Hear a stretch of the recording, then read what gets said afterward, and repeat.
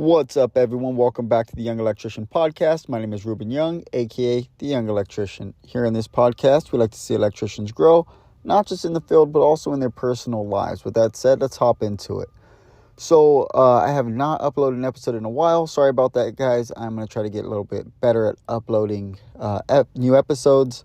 But it was a busy holiday season. I had some technical issues with the podcast equipment, and I've been working on my contracting company. So, yeah, a lot's been going on. And, trying to make sure I have a healthy marriage. So, focusing on spending time with my wife and, developing our relationship and our life together. So, yeah, I'm going to make this episode. This is the first episode of 2025. And today we're going to be talking about the most important thing you need to do in preparation for the Journeyman exam.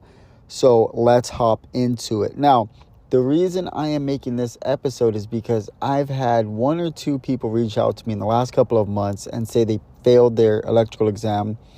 And the reason why, one of them told me, was that they spent a large amount of time trying to learn the equations, trying to learn calculations, and kind of the technical aspect of the test. And when they went to take the exam, they said, wow, there wasn't a lot of equations on my test. It was a bunch of, questions you had to look up at the NEC, and I failed. And I swear, one or two people have reached out to me and told me this. And look, you should study and learn electrical equations because they'll be on the exam. They'll most likely be on the exam, at least one or two of them. And you should learn about safety, OSHA regulations, just basic things for on the job because that will be on the exam. You should learn about troubleshooting and, maintenance questions because that'll be on the exam. Same thing with testing equipment, like different type of meters. Look, all these things can and most likely will be on the exam, but they fill a very small portion of the exam. You're not going to go and find that 60% of your exam is all equations or all safety or all maintenance or general knowledge or anything like that. The majority of the exam will be looking up answers in the NEC because the main thing that they want to know, that the state wants to know when they are certifying somebody is, can you navigate the book that electrical requirements are based on, which is the NEC. So, number one thing you need to do is take practice exams. And when you're taking these practice exams, you need to practice looking up answers using both the back of the book method, subject indexing, and also the front of the book. As Sergio Cortez, who I hope you guys are following from Surge Electrical Training, always says, because the front of the book is the table of contents. And when you go to the table of contents, you're going to find that you are going to find answers quicker using the table of contents sometimes than looking in the back of the book. And I'm going to give you guys a couple of reasons why you need to do practice exams. So the first reason is very plain and simple. You will not get good at navigating the code book if you're not practicing. Repetition. You need that repetition of looking up answers, getting answers wrong, finding out where you went wrong, and finding the right answer. So repetition. The more you do it, the better you'll get at it. I remember when I first started prepping for the Journeyman exam, it would take me 30 minutes, not even kidding. I would be so discouraged. I would sit down. I had no guidance, no mentors. I bought a book somebody recommended, and I would sit down, and it would take me literally 15 to 30 minutes to find any question. It frustrated me. It discouraged me. But from going through that book and suffering through sucking at finding answers in the code book, I got from doing that in 15 to 30 minutes to 1 to 3 minutes. And yeah, it took about 3 to 6 months of doing it because I wasn't dedicating myself to it. I wasn't really putting all of my effort into it.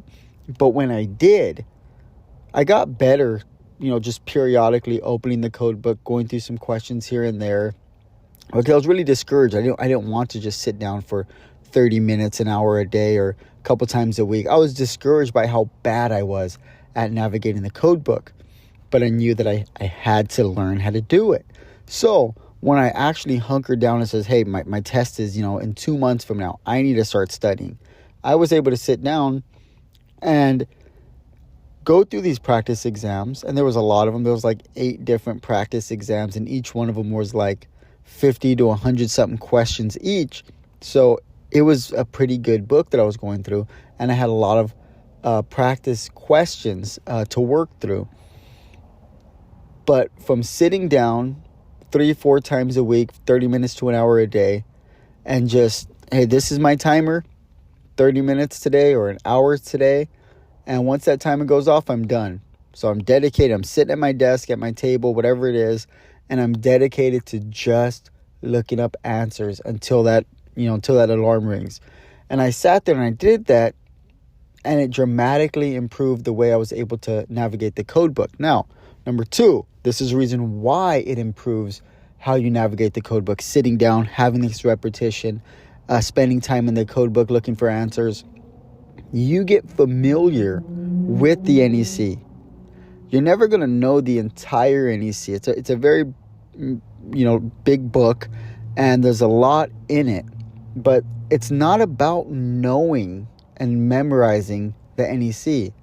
It's about getting familiar with it and learning to navigate it. It's like using a map. You don't need to visit every street on a map. You just need to learn how to use a map. And then if somebody gives you an address, you know where to go to find it. So kind of looking at it in that same way, you don't need to visit every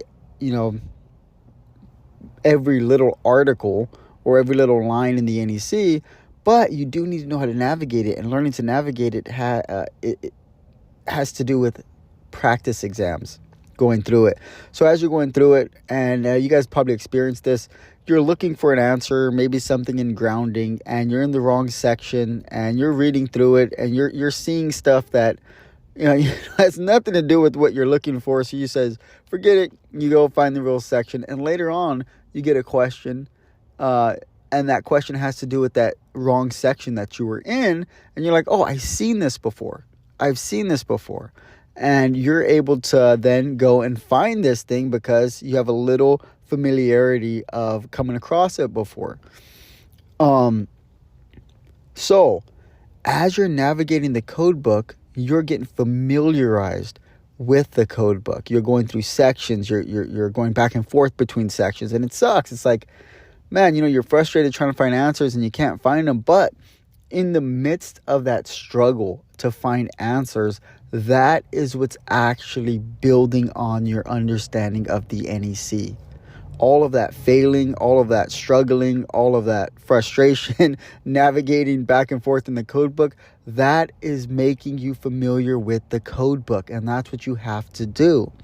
And when you're learning to navigate the back of the code book, I remember looking for stuff in certain sections and seeing that there's no section for this particular thing.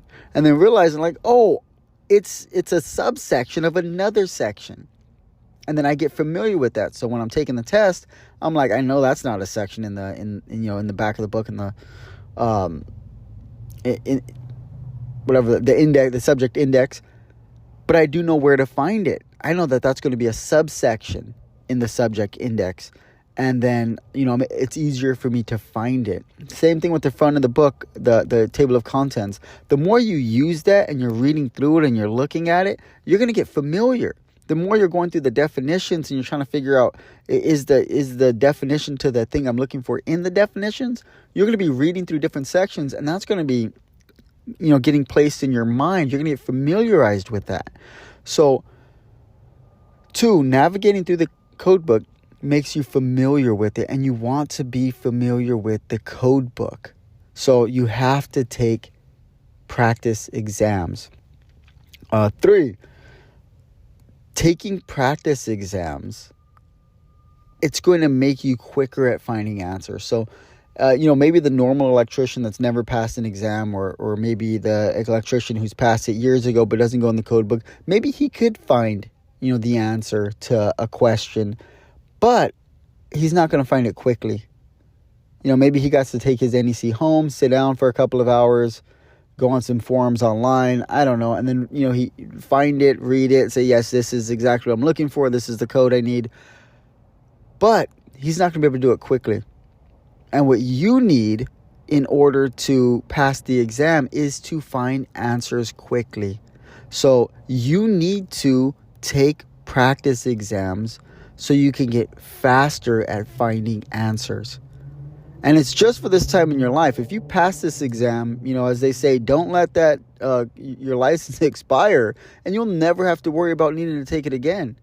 And trust me, when you get quick at finding answers, it doesn't matter if you're quick in the future on the job site, because, you're not going to have your code book out needing to find answers in, 2 to 3 minutes. You're never going to find yourself in that predicament. You have time. But the thing is, if you get quick at navigating the NEC now, that's going to benefit you all of your life. If you get familiar with these equations now and you learn them, later on, you might not remember them, but if somebody shows you them again or you look it up online, it's going to be easier for you to grasp that information. It's way easier. I have people hit me up with questions all the time, and I'm like, gosh, I don't know the answer to this. And then I look it up and I'm like, oh yeah, this is what it is. It makes sense. So then I could then explain it to them in a way that would make sense and kind of correct some of their error in how they were doing it or looking at the question. So my main advice to you in getting your journeyman exam, preparing to take the journeyman exam and get certified, is you need to navigate the code book. You need to do practice exams. And I know some of you are tight on money, but look, this is your future. This is your career. You need to be able to spend 40, 50, 60 bucks on a book with practice exams. That's your number one thing you need to do. And you need to dedicate 3, maybe 4 days a week where you got 30 minutes to an hour of navigating the code book. Trust me, man, even if it's only 30 minutes 3 times a week, 2 times a week, whatever it is, when you start to sit down for 30 minutes and you start to find answers, you get from that place like me where you're getting, 1 or 2 questions in that 30-minute span, hating your life, feeling so stupid. When you start answering the questions because you're familiar with the code book now, you're answering questions because you understand how to find a particular article, you know where not to look and where to look a little more, you're going to get more of an encouragement. You're going to start getting pumped up. You're going to start feeling like, wow, man, I can do this. And then that 30 minutes is going to turn into an hour. That 2 or 3 days a week is going to turn into 4 or 5 days a week. And you're going to be more okay with sitting down because you have the confidence to do it. Trust me, being discouraged and lacking confidence is like a weight on your shoulder that makes you not want to move forward. I don't want to sit down and study because I already know I'm going to do a bad job. I already know that I'm going to be frustrated. I already know that I'm not going to find answers. I already know that I'm going to feel stupid when I'm doing it. You have to get past that phase, and you have to navigate the code book. Trust me. Do you need the equations? Do you need to study maintenance, troubleshooting, safety, all that jazz? Yes, you should. Why? Because those are extra points that help you secure your score to pass. I mean, I would not go in there just having studied through the code book and rely solely on that. I will rely primarily on navigating the code book and my skills to do so. But I also want these supplementary things, hopefully I said that right, where if, let's say, you get 59, questions right, and, what is it? Or 69 questions right, and not knowing any equations, you could have got that one equation point that would have put you over the edge. Who cares about acing it? Who cares about getting 100%? I want 70. That's what I want. I want to pass this exam, put it past me so I could take care of myself and take care of my family and move forward in my career. So learning the maintenance questions, learning the equations, learning the safety, the general knowledge questions, anything you could learn supplementary to help you more secure passing, you want to do it. So a way to do that, and it is a little more difficult when you're not in class, when you're not being given, worksheets to go through, and you don't have somebody you could actually talk to and work through it with. But if you don't have the money to take a prep course, because they could be pricey, then go onto YouTube and find the Electrical Code Coach. The Electrical Code Coach on YouTube has a free Journeyman prep course. And this is what I would do. I would use, if I had no money, or if all I could afford was my NEC and my Journeyman prep book to find questions in, and to get the other information that I need, I would use Electrical Code Coach. I would go through his stuff, and I would use both ChatGPT and Code Buddy. Get that app, Code Buddy. If you don't have it, there's an actual phone app for it now. It's not just a website. I would use Code Buddy, which is AI for the NEC. So you ask it NEC questions, and it'll look it up for you. And I think you could ask it some equations, and it'll do the same thing. But I would use ChatGPT. I would use Code Buddy, and I would go on Electrical Code Coach, and I would just go through his material. And if you don't understand something in the material, you could message me and I'll help you out. Or you can hop on Code Buddy, you can hop on ChatGPT, and you'll be like, hey, can you explain this? And this scary but beautiful AI thing will help you walk through certain things and give you some answers. So definitely, if you're tight on money, Electrical Code Coach is a legend. I didn't find his stuff until after I passed the exam. So I highly recommend doing the Electrical Code Coach, his free thing. Mike Holtz got a lot of his old stuff is free on YouTube. You can look up. I used a lot of his stuff on motor controls and on motors for sizing motors and stuff. I listed a ton of his stuff, and I marked up my NEC based off his recommendations. So if you look at one of my old NECs, you'll still see my markings that are Mike Holtz markings from his NEC. I'm like, I see what he did there. I'm marking mine just like that. So with that said, guys, I'm going to wrap it up. So 1, navigate the code book. If you need recommendations, I would say there's a website called test.com. And test.com, they have a Journeyman prep book, which seems pretty good from what I was able to see on it. And I think it's like somewhere between like $40 and $60 for it. I'm not really sure. Check them out. It's just a site for Journeyman prep. They have 25 free questions on their website. So if you're just looking for some extra free questions, go on test.com and you can do that 25 questions. They'll give you a score. Or you could purchase their book and you can do their Journeyman prep book. I do recommend stay in whatever code cycle you're going to be testing in. I had somebody ask me a question and he's like, I'm not sure what code cycle this is in. And I'm like, hey, dude, whatever you get to study, do it in the same code cycle. Don't confuse yourself. Just stay in the same code cycle. So, little tip. But test.com, they got 25 free questions, and then they have a Journeyman prep book. I'm not associated with them at all. It's just something that I'm familiar with. Quizlet, a lot of people like Quizlet. They cost money, not sure how much they cost, but Quizlet's also a good, it seems like a really good resource. So don't be discouraged on your journey, guys, girls. But make a part of your routine of your week studying the NEC. When you get close to taking your exam, I'd say within the last month or something, start studying those equations. Start studying all those equations. Try to go through a Journeyman prep course. And just to learn the things you're not going to learn navigating the code book. But your number one thing, if you learn all the equations, if you don't learn any of the equations, if you suck at them, whatever, you need to learn how to navigate the code book. I've talked to guys that have only studied navigating the code book, and I think maybe they had some understanding of some equations from being an apprentice, going through an apprenticeship. But just in their prep time leading up to their exam, all they studied was practice exams, and they passed. If you get really good at navigating the code book, you're going to pass. And that's like the number one thing. All right, guys, real quick, CodeBuddy launched that app like I mentioned earlier. They also have a premium version to their app, which is really cool because you get to hop on forums and ask questions to contractors, instructors, all the guys that they got on their forums. It's really cool.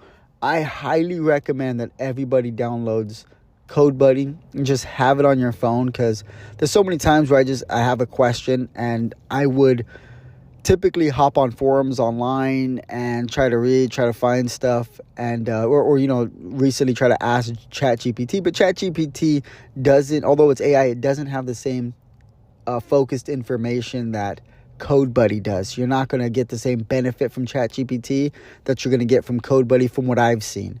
So it's free. There is a premium version, which they have different little price plans for it. If you just want to pay for the week, try it out. Or I think there is actually you might even be able to get it free for a while. I'm not sure. I will put some details to CodeBuddy's app in the description. And I think there might be a free trial for it. So I'll put that in there too. But yeah, definitely check out CodeBuddy. Definitely study your NEC. Test.com.